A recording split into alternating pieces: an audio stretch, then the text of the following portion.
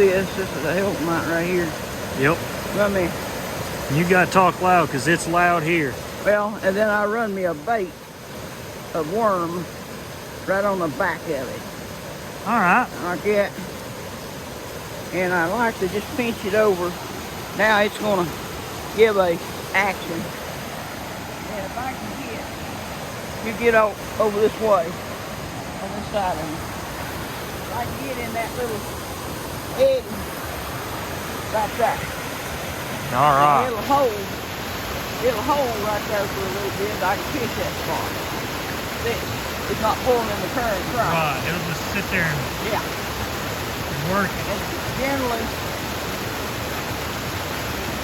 pick up a fish place like that. That's kind of stuff you have to fish up here. That's what you have to fish up here to get a